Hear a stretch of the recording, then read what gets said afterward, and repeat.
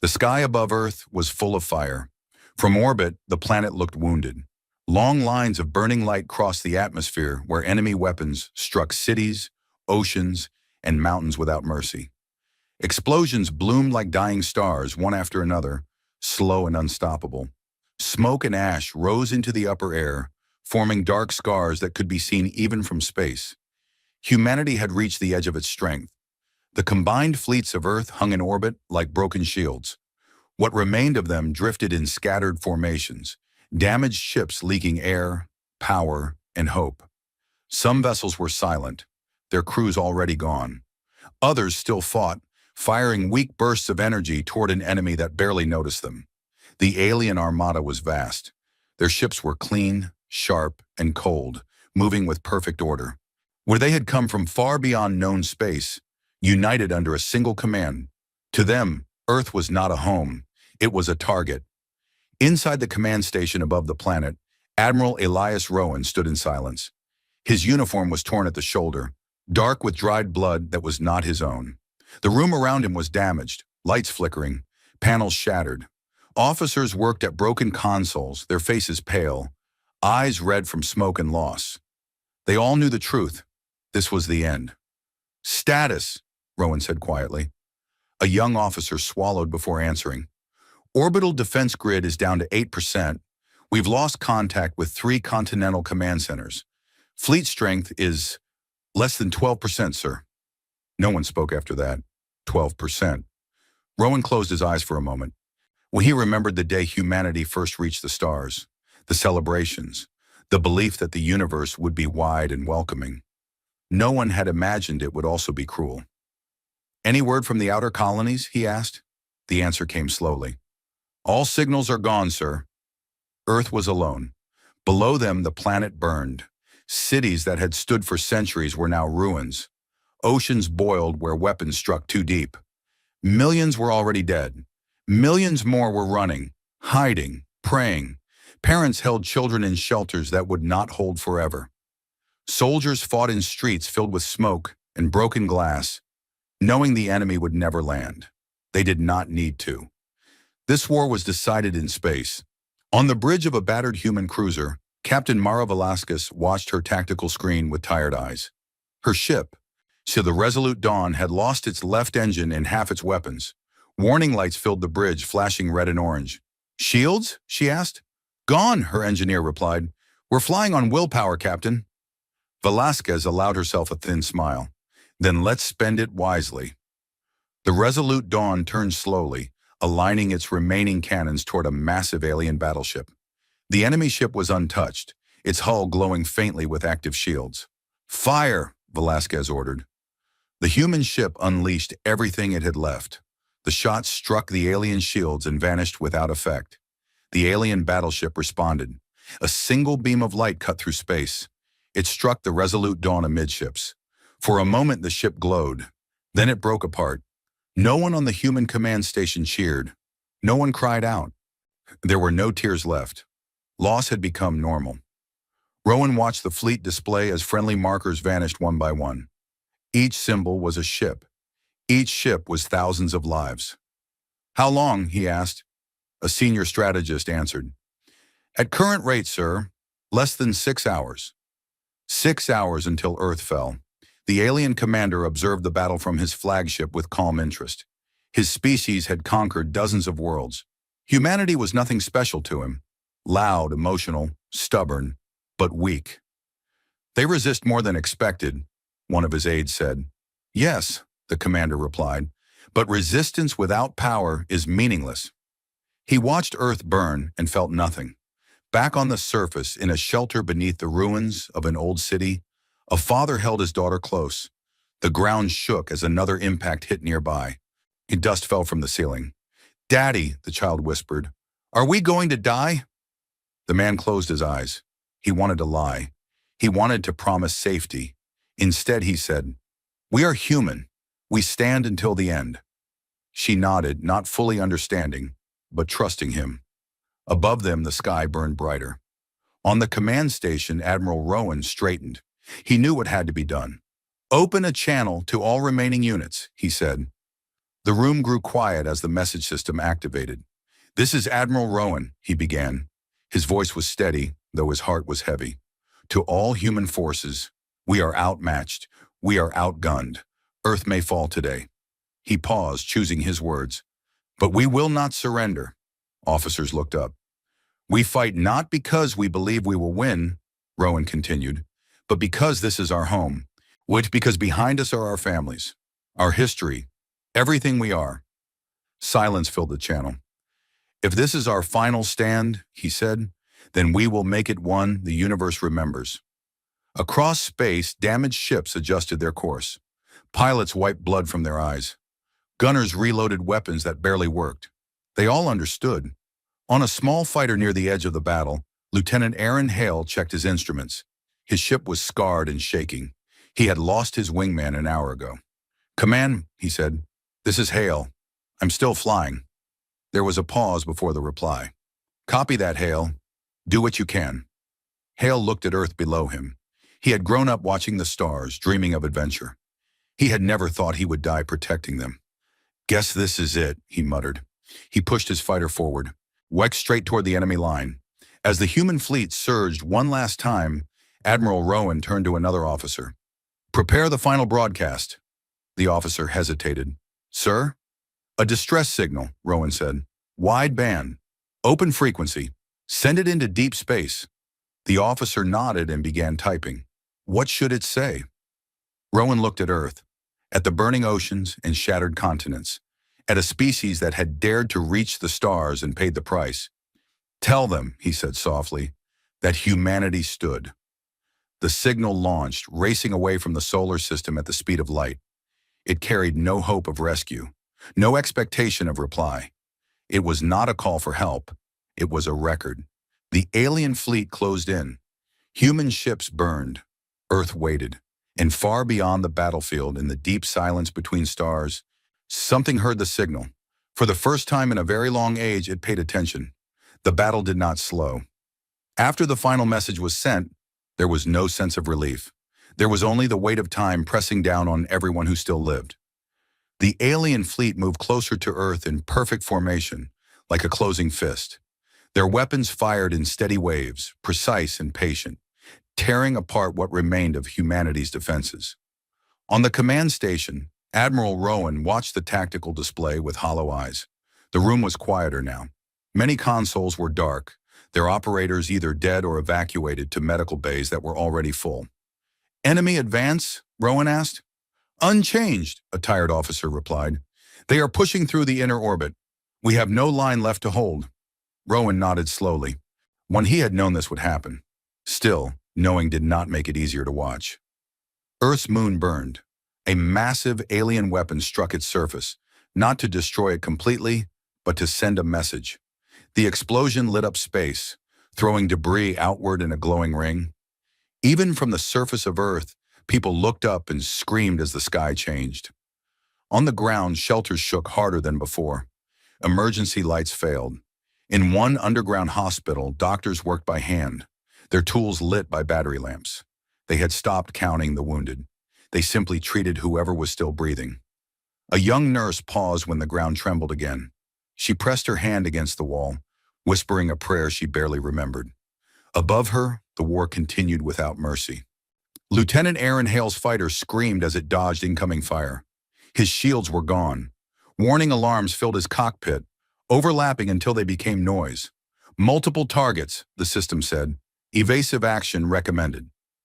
Hale laughed softly. "You don't say."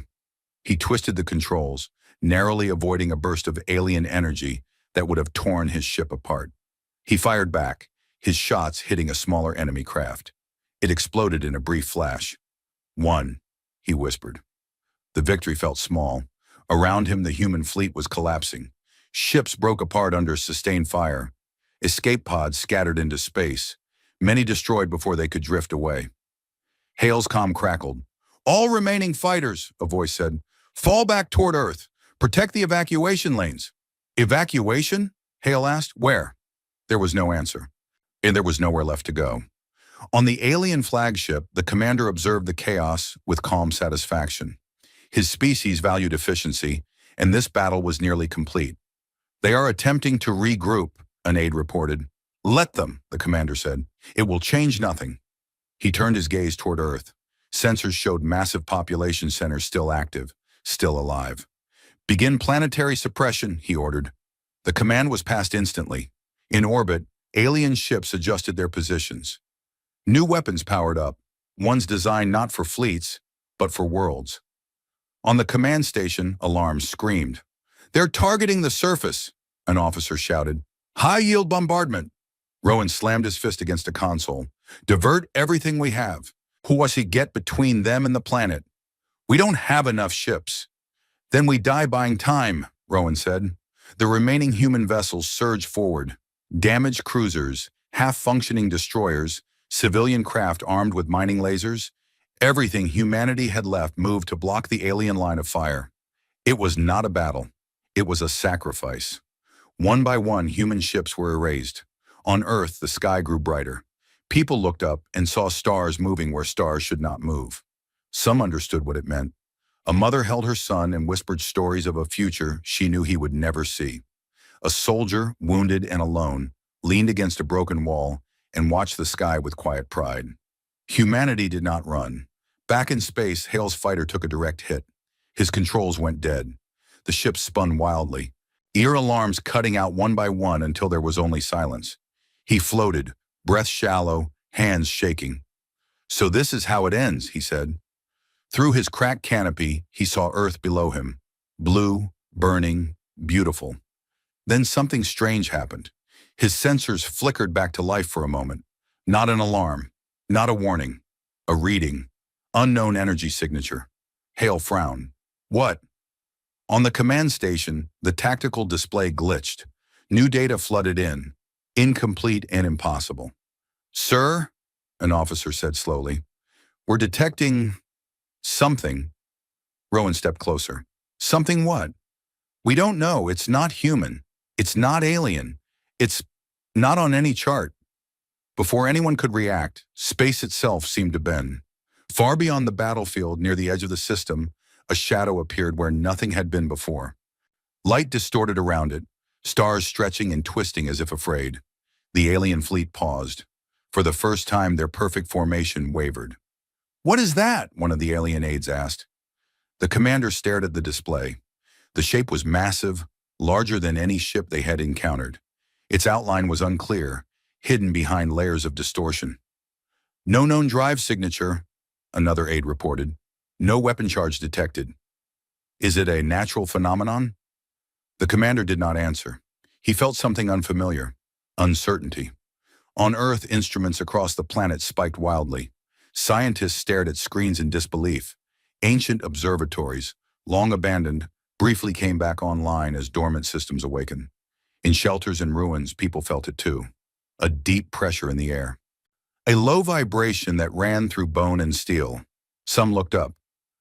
For the first time since the invasion began, the bombardment slowed. On the command station, Rowan's voice was steady but quiet. Can it hear us? We don't know, sir. Rowan looked at the fading symbols of humanity's fleet, at Earth below, still alive, barely. Open a channel, he said. To who? To anyone, Rowan replied. If there is something out there, it should know who we are. The transmission went out, weak and broken. This is Earth, Rowan said. We are under attack. We did not surrender. There was no immediate reply. The shadow in space remained still. The alien commander clenched his hands. All units, he ordered. Weapons ready. Target the anomaly. Energy began to build across the alien fleet. On Earth, people held their breath. In the silence before the next strike, the unknown presence shifted. And then, it began to decloak. Space seemed to peel away. The distortion around the unknown presence slowly faded, layer by layer, like mist burned away by light. What emerged was not sudden. It was deliberate, calm, as if whatever hid there wanted to be seen on its own terms. The alien fleet froze. Human sensors struggled to understand what they were seeing. Data streams conflicted, readings canceling each other out. Size estimates failed again and again. The object was enormous, but its mass readings were wrong, shifting as if the ship did not fully exist in normal space. Lieutenant Aaron Hale stared through his cracked canopy. His fighter drifted, powerless, but the view was clear enough. "Oh," he breathed. The ship was unlike anything he had imagined. Its hull was dark, not black, but deep, like space given shape. Long structures curved along its body, smooth and ancient, marked with faint lines of light that slowly pulsed. There were no visible weapons, no glowing engines, yet the space around it bent slightly, as if the universe itself adjusted to its presence. On the command station, silence fell. No alarm sounded. No one spoke. Admiral Rowan felt his chest tighten. In all his years, he had never seen fear leave a room so completely. This was not hope yet, it was awe. "Can anyone identify it?" Rowan asked quietly. "No," came the answer. "No records, no matches. Sir, it's just sitting there." Across the battlefield, the alien commander's calm finally broke. "Fire," he ordered sharply. "Now!" The alien fleet obeyed. Hundreds of weapons discharged at once. Beams and projectiles crossed the void, converging on the unknown ship in a storm of destruction. They never reached it. The attacks vanished. Some bent away. Others faded, as if they had struck empty air. A few simply stopped, frozen in space for a brief moment before dissolving into nothing. A wave of shock passed through both fleets. "That's not possible," an alien aide whispered. The commander stared. "Again!" More fire followed. The result did not change. On Earth, people watching the sky saw something new. The bright lines of bombardment ended midair. The shaking stopped. For the first time in days, there was silence. In shelters, people looked at one another, unsure whether to breathe. On the command station, Rowan straightened. "It's blocking them," he said. "Yes, sir," an officer replied. "Ishak, the unknown ship is shielding the planet." No one dared to cheer. The unknown ship moved. It was slow, almost gentle. It drifted forward, placing itself fully between Earth and the alien fleet. Its presence alone forced the enemy ships to pull back, their formations breaking as systems struggled to adapt. Then a signal appeared. "Incoming transmission," the comm officer said. His voice shook. "Origin, the unknown vessel." Rowan did not hesitate. "Put it through." The speakers filled with sound. At first it was only static. Then a voice emerged, clear, calm, and unmistakably human. "This is Guardian Vessel Aegis," the voice said. "We have received your signal." The room erupted. Human. Rowan felt his knees weaken. He gripped the console to stay standing. You're human?" he asked. "Yes," the voice replied. "Kush once." The words hung heavy. "We have watched," the voice continued. "We have listened. We did not interfere. Until now." On the alien flagship, panic spread. "They are human?" an aide demanded. "That is impossible," the commander said, though doubt crept into his tone. "Humans are young, weak." The unknown ship's voice spoke again, this time broadcast wide. "You judge humanity by its age," it said. "You measured them by strength alone. You were wrong." The ship emitted a low pulse. Across the alien fleet, systems failed. Shields flickered. Engines stuttered. "This is not an attack," the voice said calmly. "This is a warning." On Earth, people cried openly now. Some fell to their knees. Others laughed through tears they could not stop. Lieutenant Hale felt his fighter stabilize. Power returned, slow but steady. "Hey," he whispered. "You fixed it." "We will not let them fall," the voice said. "Not after this." Rowan swallowed hard. "Why now?" he asked. "Where have you been?" There was a pause. "We left long ago," the voice answered. "When humanity first stepped into the stars, some of us chose a different path. We became watchers, guardians. We swore to return only if humanity proved something." "What?" Rowan asked. "That it would stand," the voice said, "even when alone." The alien commander slammed a clawed hand against his console. "All ships, retreat and regroup." It was too late.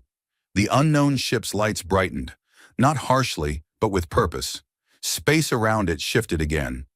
This battle is not over, the voice said, but it has changed. Human ships across orbit began to receive new data. Repairs started automatically. Systems optimized beyond known limits. This is impossible technology, an officer whispered. No, Rowan said, watching Earth below. It's human. Just further along. The alien fleet began to pull back, their confidence shattered. But the unknown ship did not pursue. Rest, the voice said softly. You have earned that much. The ship remained between Earth and its enemies, silent and unmoving. For the first time since the war began, Earth was not burning, and humanity was no longer alone. The alien fleet wavered. Orders had been given. Retreat was called. Yet the officers of the alien ships could not move without clear reason. Their sensors were failing, systems dying in ways they did not understand. Something out there, beyond their comprehension, was holding them back. On the command station, Admiral Rowan stood with his hand pressed against a console, staring at the display. Human ships, damaged and broken, were beginning to move again. Engines hummed where silence had ruled. Weapons recalibrated themselves, aligning automatically with targets they had no hope of reaching before. Lieutenant Hale felt the same change in his fighter. Systems restored, weapons functional. His heart raced as he realized he could fight again. Is this real? He muttered. Yes, a voice answered. The Guardian vessel's message echoed through the comm. We are here. You are not alone. You may fight again. Across the human forces, the effect was immediate. Ships that had been drifting, abandoned, or powerless now came back online.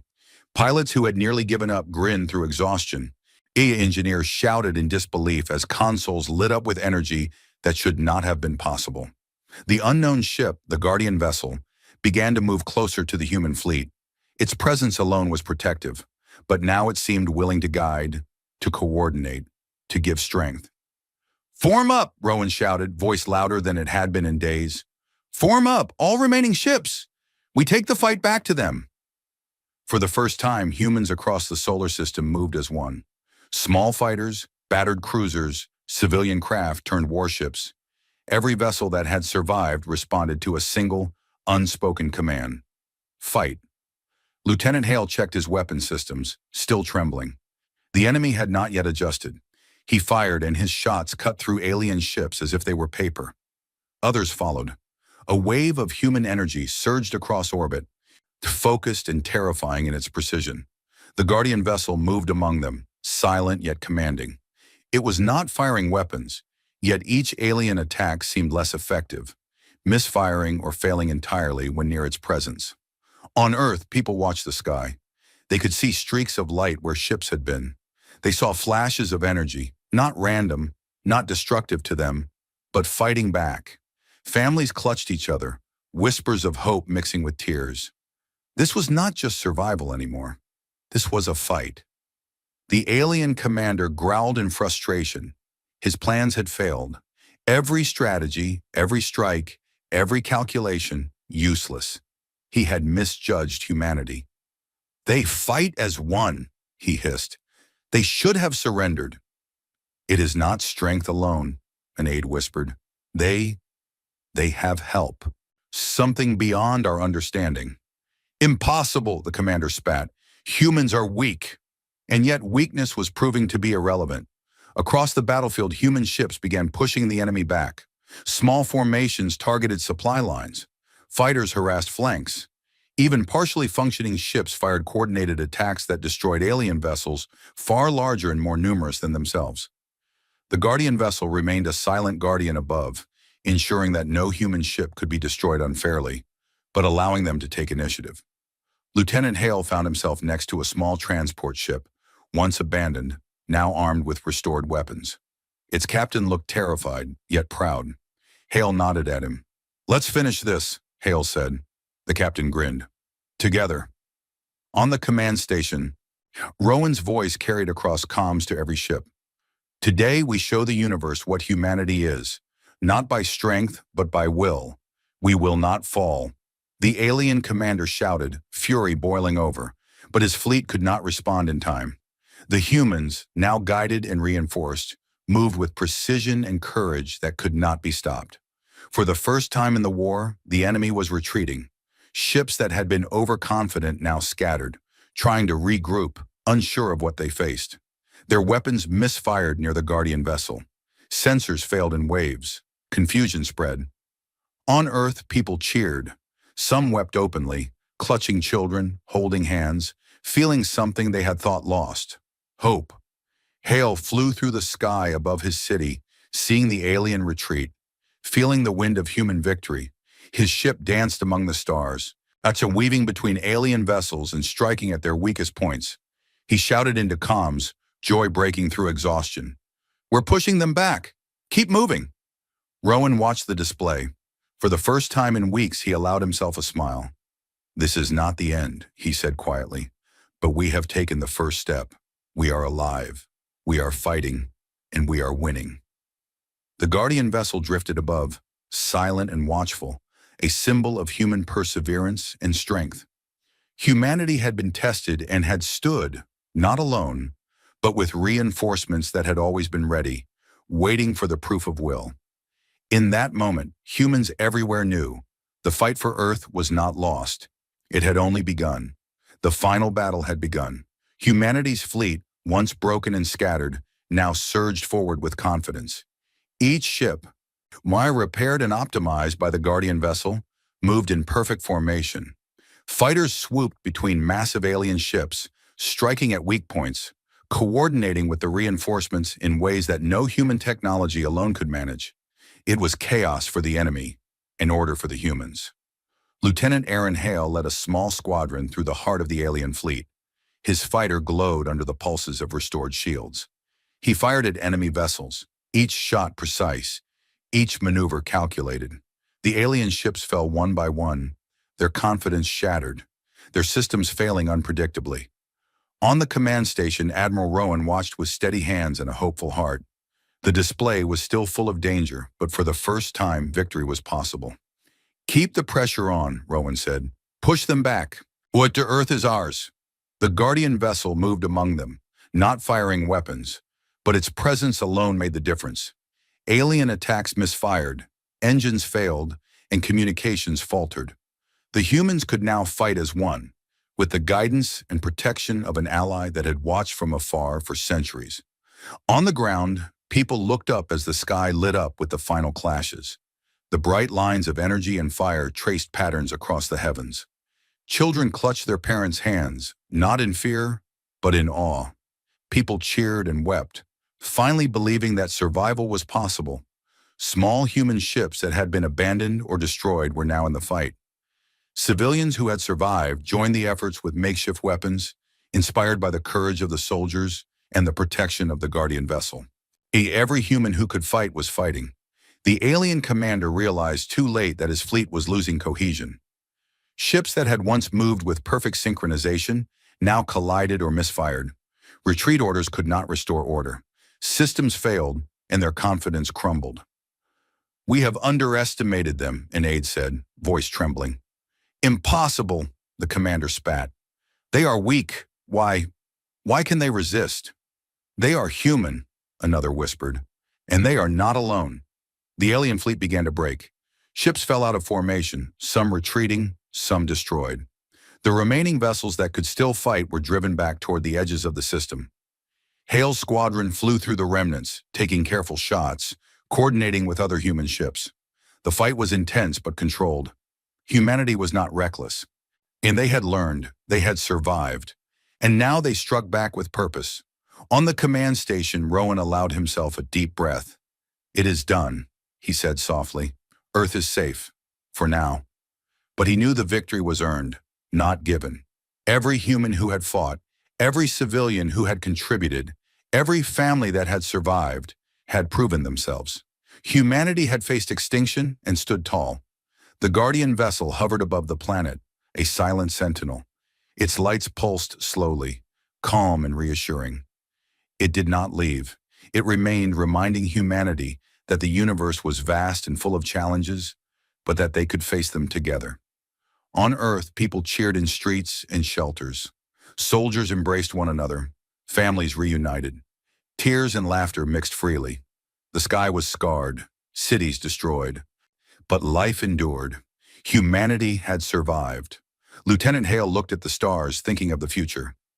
"We did it," he whispered. "We survived." The Guardian vessel's voice came over the comm once more, calm and steady. "You have proven yourselves. You are ready. We will watch, and if you continue to stand, we will always be near." Rowan smiled, a mixture of exhaustion and pride. "Thank you," he said, "for believing in us." The alien fleet had fled. The survivors were scattered and broken. Earth had been defended. Humanity had won not because they were the strongest, but because they never gave up. They had stood together, fought together, and now had the chance to rebuild. The planet was scarred, the wounds deep, but hope burned brighter than any weapon. Humanity had faced the impossible and survived. They had learned that courage, willpower, and unity could triumph over overwhelming odds. And far above, the Guardian vessel remained, watching, protecting, and reminding them of what they had achieved. Humanity had earned its place among the stars.